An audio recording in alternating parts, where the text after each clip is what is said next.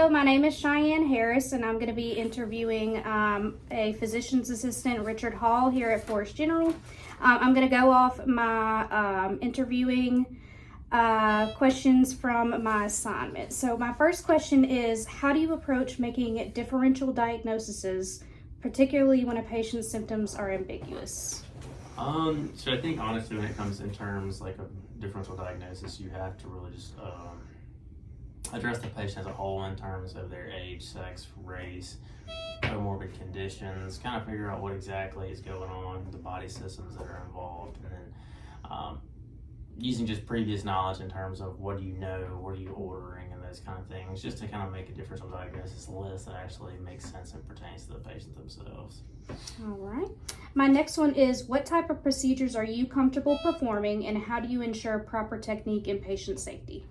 So in terms of just procedures, especially like here in the ER, so reductions, splinting, incision and drainages, suturing, chest tube placements, central line placements, arterial line placements, as well as intubations. The way you go about that is just training, asking questions, repetition, really just kind of doing these things multiple times is really the way that you have to make sure that sterile or clean procedures are performed. So having all your instruments, having all your your surrounding people that kind of help you out, whatnot, and having a good team basis, and then having knowledge to know when you know how to do something versus when you don't know how to do something, and then just making sure that you straighten those lines out.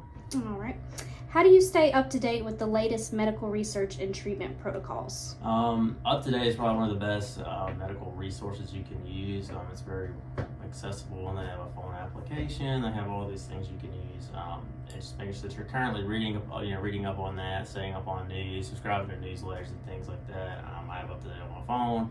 I subscribe to all their stuff, so whenever something new comes out, it's always making sure that you're reading it and things like that. Being a physician assistant, I have to have at least 100 CMEs every 2 years, so it's just one of those things where they kind of continuing to make sure that we're staying up to date on current treatment practices. All right. How do you handle anxious patients, particularly when delivering bad news? I think everybody has their own approach. Mine is just kind of talking to the patient and their family, if present, like they were my own family.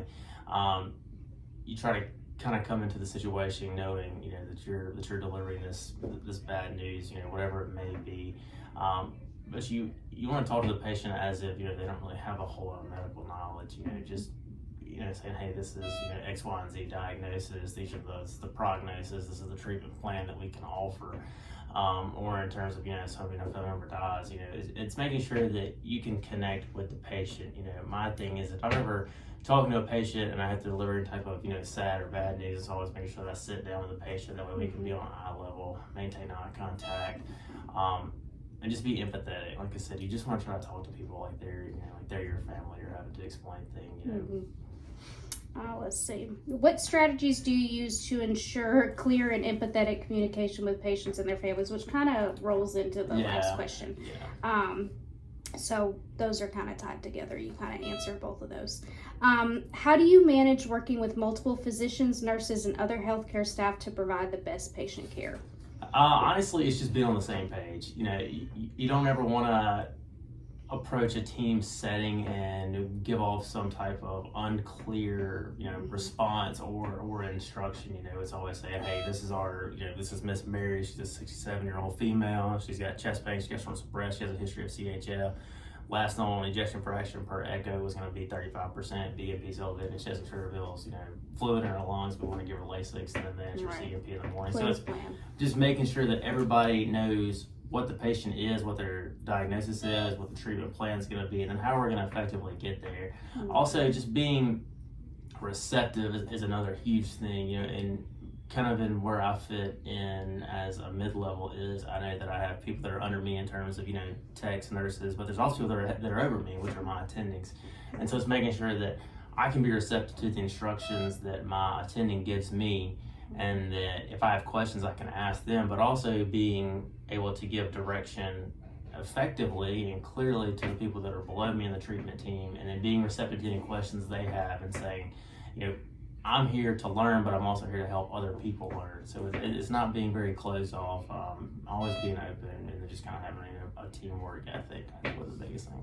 All right, just a couple more here. Describe a time when you had a disagreement with a colleague about patient care. How did you resolve it? I think in terms of just kind of how we view, I mean, everybody's different in terms of, their training styles, MD versus DO, PA versus NP. So it is one of those things where, coming from different specialties or backgrounds, we're always trying to do the best by the patient, but we do have different ways of viewing things. So a lot of the times it comes down to, hey, this is what I'm doing, working in the CDU is, I get these patients and they're saying, hey, we need to do them, send them for a stress test or something like that. And truly it's like, well, they don't really need a stress test. They can follow up outpatient. They just had one.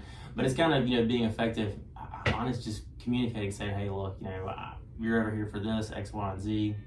I talked to the nurse practitioner or the physician that admitted you over here. I kind of told them where we were coming from, and this is going to be kind of the treatment plan moving forward. So I guess a lot of it's just clear communication. Okay. How do you prioritize tasks when you have a heavy caseload? I think it's always going to be based off what needs to happen immediately. It's always the acuity. It's if you're having 12 patients on your list, that's a lot. You're going to have some sick patients, and it's always based off who's more acute. If somebody comes in with a finger laceration or, a broken arm, it's always, let's get them comfortable, let's stop the bleeding, let's immobilize the appendage. But it's also, you've got grandma 2 doors down who's, sat in 67, needs to be intubated. It's, hey, you got to be able to say, well, I really want to sew that lag because it's an open wound, but we can also give antibiotics for that. We can keep it covered with a sterile dressing, but we really can't let grandma keep desatting and have some anoxic brain injury. Our ABCs. Yeah, so I think that's really, it's one of those things where you kind of learn it pretty quickly. Use your ABCs, but it's one of those things you got to keep on, just assessing patients. Let's see, what motivates you to work as a PA, and how do you maintain your passion for patient care? What motivates me the most, I've always loved healthcare. I love my job.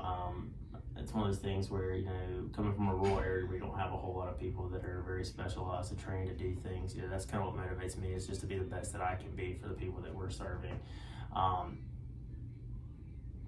Also, I have a family, so you got to put food on the table. Yep, But yep. I think the biggest thing is just, saying, hey, I chose this career, something that I want to do. I want to make a difference, and just making sure that every day you're okay with doing that, even on the hard days. You come in here and you're like, gosh, this is going to be a bad day.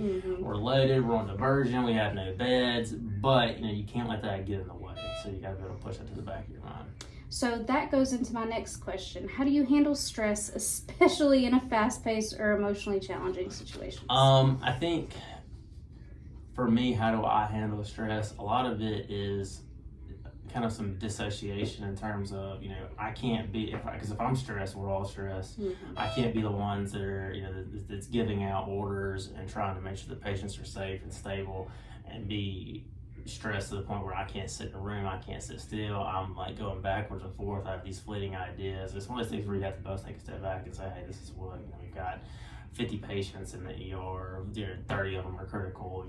You have to be able to say, I can do this, and just know when to ask for help. That's kind of the biggest thing in my terms, is like, hey, if I've got 20 tasks, if I've got 20 patients, if it's stressful, if people are fighting in the hallway, whatever the deal might be, if we've got a mass casualty, it's, hey, here's what's coming in, here's what we got, but here's the tasks that we got to be able to do. And, you have to be able to just take a step back and assign different tasks and make sure that you just continue to roll on. Delegate what you can. What aspects of working as a PA in this specialty do you find most fulfilling? In this area to find most fulfilling, to me, I think a lot of it, I like the procedural based things kind of the most. Somebody comes in with a lag, especially on face, it's taking time to really, match those edges up, and give it to where, you can let them look in the mirror and say, hey, I know it looks terrible, but it's going to heal, perfectly fine. Also, people come in and, they're worried about X, Y, and Z, and then we give them good news and say, hey, you're not having a heart attack.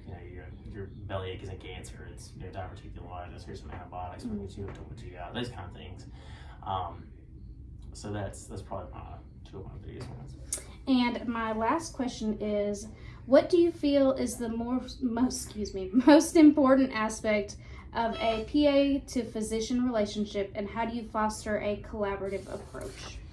I think just being able to talk and just be receptive to instruction, but also just, it's definitely a work relationship in terms of my attending is essentially my boss, but it's also the fact that, they hired me to do this position because they're not here to do this themselves. So it's one of those things where you just have to say, I'm going to put my ego, my feelings behind me for the betterment of the patient so that I can learn to be the best mid-level, APC, whatever you want to call it, possible. But also at the same time, you have to be able to look out for your patients because your attendings are doing 1,000 other things, in terms of, are they doing paperwork, do they work in an office, they have more managerial duties, so you have to be able to say, you have to be comfortable in saying, hey, this patient isn't doing well, I need your help. You can't be one of those people that are just going to say, oh, well, I went to school for whatever, as an NPPA, and say, I can handle this myself, because that's just not going to turn out well if you truly don't know what you're doing. So I think it is. I think it's being able to be adaptive, be able to learn on the fly, show them that you care, show them that you can do what you want to do. You can be autonomous, but at the same time, you know that there's a threshold for the amount of knowledge that we have compared to our physician attending. So. All right. Well, I appreciate you doing this interview with me today. Anytime. Thank you.